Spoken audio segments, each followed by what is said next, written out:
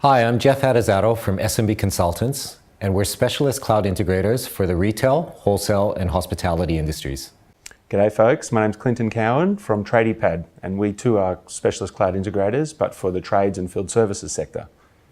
So Clinton, we thought we'd get together today to talk a little bit about the industry and the large range of apps that are in the marketplace and some of the problems that bookkeepers and accountants today are faced with. So what are some of the challenges that you see bookkeepers and accountants dealing with today? Well, I think a lot's changing. The whole technology space for bookkeepers and accountants has evolved a lot from the traditional days of just managing the basic accounting software. A little bit of background on me, I'm a plumber by trade, and I set up iPads and apps to run the plumbing business that I was involved in years ago when iPads were first released. And it had a profound effect on the way that the business operated. And that's what led me to start TradiePad. And I discovered very early on that the stuff that we were doing with putting technology, apps and devices into people's businesses really worked in closely with what bookkeepers and accountants were doing with the likes of Xero, and the stuff that we were putting in place into these people's businesses were collecting data and information that's feeding into Xero and I guess having a big impact on the quality of that information and the speed at which the data and the quality at which the data is going in. So one of the big changes, I guess, is that bookkeepers and accountants are, I guess, changing the services that they're providing. It's not just the old days of compliance. There's now a lot more questions being asked around what solutions can I use to work in with Xero? You've set me up with Xero, what do I do now? Yeah, and I guess that's how we came to get to know each other. Is I got into this in a similar fashion. I worked in retail all my life. And I really understood, I ran a retail business here in Sydney, and we put in a point of sale out of our own need to run that business more effectively. And we realized that there was a whole stack of apps that were needed to run a business. And as cloud technology became more accessible, we understood that there was a relationship between how the front of house operational applications worked with the accounting file. But I guess what we've seen is that there's just been such an accelerated growth of apps that have come out onto the market that bookkeepers and accountants today have these lists of their clients that are now mature Xero users. They're happy, they're in the cloud, they're getting a lot of benefit, but they're actually coming to them now for advice and for guidance on what apps they should be using. Yeah, and so what options do you think the bookkeepers and accountants have available to them when they get asked that question? Yeah, well, what I really see is that we call it the 3 R's. So the first one is research and recommend. As a financial advisor, you want to help your client. I mean, you've got a relationship with them, and they're coming to you for advice. And it's, the first thing you would do is maybe go to a marketplace and look at all the selection that's out there. Yeah. And then you might turn to your peers or your colleagues or maybe to a Facebook group to try to acquire some knowledge and information and experience as to what has worked for other people. Mm-hmm. The problem I find with that is that there's too many people that are searching for that one app that they can just sort of, I guess, work within one industry category. And what's your experience been with having one app that can service an entire industry? The holy grail. One thing that does it all. Unfortunately, it just doesn't exist. There's too many variances with people's businesses, size, level of technology adoption and tech savviness, operational models, and I guess where the business wants to go in the future. So there's a whole heap of things that contribute to the suitability of a solution. And there are a range of solutions because they all do different things. If an app developer created the same thing as somebody else, then what's the point? So they're all creating these different tools that behave slightly differently and offer different features and suit different businesses. So having that one size fits all approach, it just doesn't work. Yeah, and I guess that our two businesses our point of difference is that we're agnostic. We both of us could never be in a position to be trusted consultants if we were only recommending one solution to our clients. Yeah. So, and I guess the other thing is bookkeepers and accountants we see them feeling very apprehensive about making a recommendation that falls short or doesn't work because there's a huge accountability issue there, isn't there, if they recommend something that doesn't work? Yeah, 100%. A lot of times you're really holding a business in your hands. You make the wrong recommendation, that can have a very detrimental effect to the way that the business operates, and can be a very time-consuming process to go down the wrong path and then have to come back to the drawing board and start all over again. It's not an ideal situation. Yeah, so then we get on to the second R, which is upskill and resource. And so upskilling and resource is certainly something that every firm should explore. I mean, there are many apps out there that they may use within their own practice. A good example of this might be Receipt Bank. They might use it in their own practice, and they might become comfortable enough to recommend it to their clients. And there's certainly a stack of apps that I think that bookkeepers and accountants should explore. Ones that fall around their footprint or their expertise, like benchmark reporting. They could recommend Futrili or Spotlight or Fathom. They could have digital marketing apps like Boma if they wanted to get into that space. But I guess there's some confusion over apps that they would recommend versus all the operational apps that require some experience or knowledge in respected verticals. How do you feel about those apps? Well, I mean, we're running businesses that focus on a specific vertical, and talking about the trades and field services, there's enough solutions in there for me to worry about without having to look at all of these other things that are out there that suit retail and hospitality and professional services and all of these things. So I think having a specialty focus is really important, and having the commitment, I suppose, to that particular vertical, and making sure that you're only working with best of breed solutions that work for that particular vertical is really critical. Yeah, I've always joked around that I've never wanted to sort of be the expert in your space because I know nothing about your field. Same. Yeah. So I guess, for a firm that is wanting to upskill and add additional resources, what are some of the things that they're going to have to consider if they go down that path? I think a big one is commitment. If you are going to go down that path, having a dedicated team or having a dedicated person that focuses just on that is really important, because I'm sure you found the same when you first start the business. You're wearing a lot of hats and you can only do one thing at a time, and there are a lot of pieces to the puzzle to take care of. So training and setup and configuration is the first part, but then support becomes a really important factor as well, because we're introducing new things into a business that it's not just a matter of setting it up and handing it over and say, here you go away and use this. There can be ongoing education required. There can be questions about, you're potentially changing workflows within a business. So questions about support and questions about modifications or tweaks to the system. So having someone that can focus on that particular service of the business is really, really important. Yeah, and I suppose it's not an all or nothing. I suppose firms can go out there and they can sort of choose the ones that they're comfortable with. But then what if a firm really still wants to be able to recommend apps but not necessarily do some of the setup and training?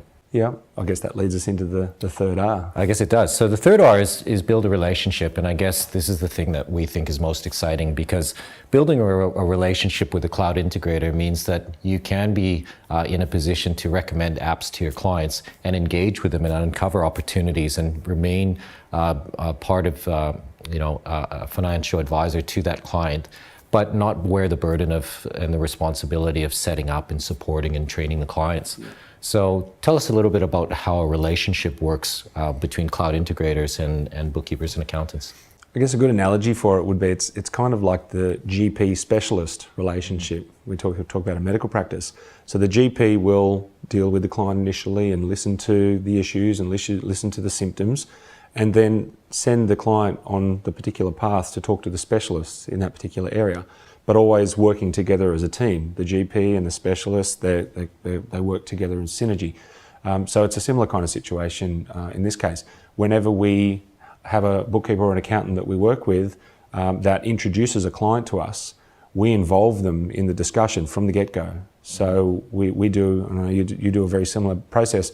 We do an initial business assessment called a scoping session, and we have the bookkeeper or accountant involved in that session and part of the discussion, because a lot of the things that we talk about and the processes that we discuss involve the accountant or the bookkeeper and involve the financial software.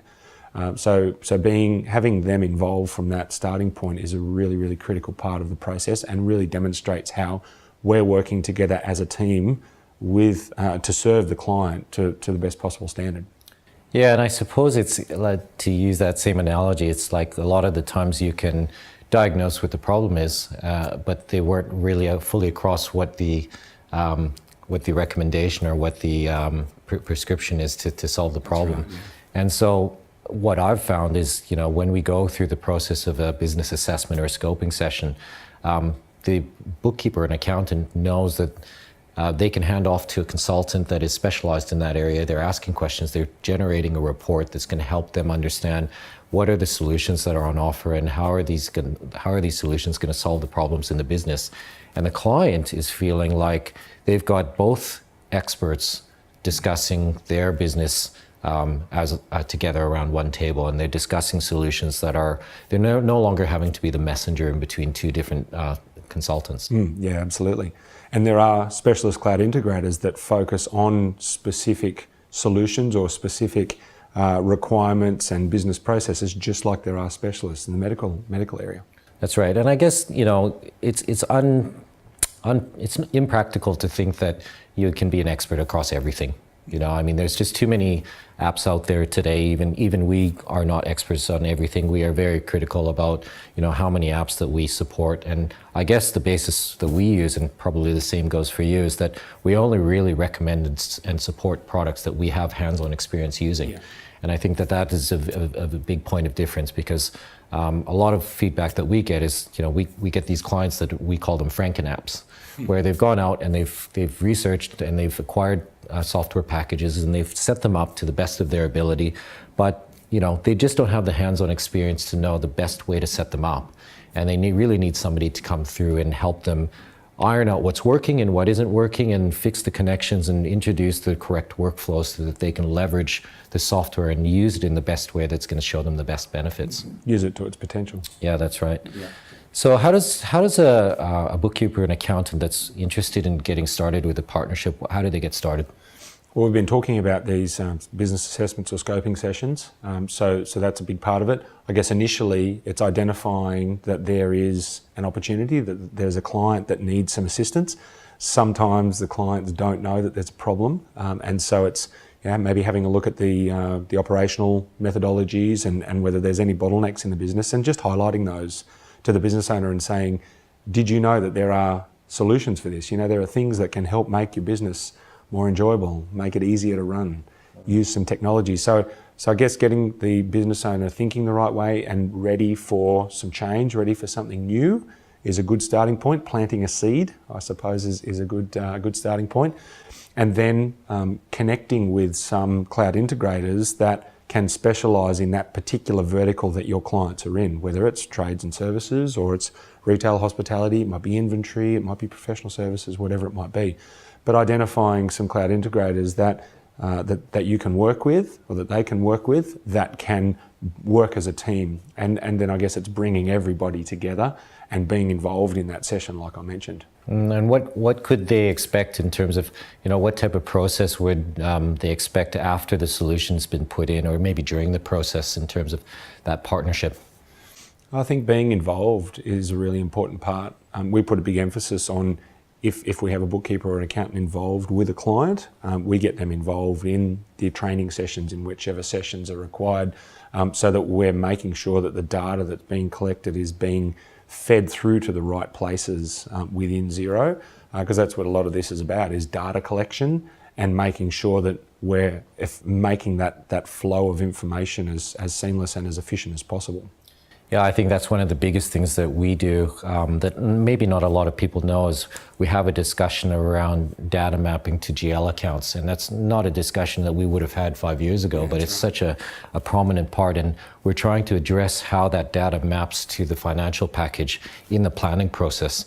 And typically, it's always been done retroactively. A business owner has gone out, set up their systems, and once they've been live with the system, handballed it over to their accountant. And every accountant has been in that situation where they've had to go in and try to fix things. And we're trying to be, I guess, premeditate, and be a bit more savvy in terms of how we actually set that up from the very beginning.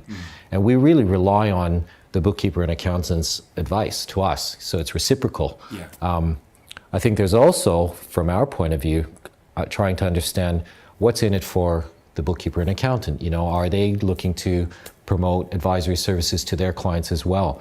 What services do they provide that are complementary that we can also help promote? Yeah, absolutely. I think we, especially with the types of clients that we're working with, tradies, a lot of wives are doing the books and they don't necessarily enjoy doing it. It's just one of those things that happens. Your partner does the books, you start your business, and away you go.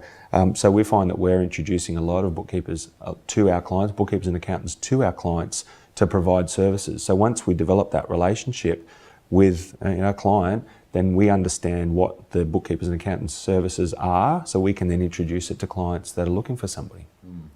And talk to me about, I guess, the next steps for bookkeepers and accountants. Where is this all headed? And I guess, what sort of things are bookkeepers and accountants sort of considering in terms of their journey?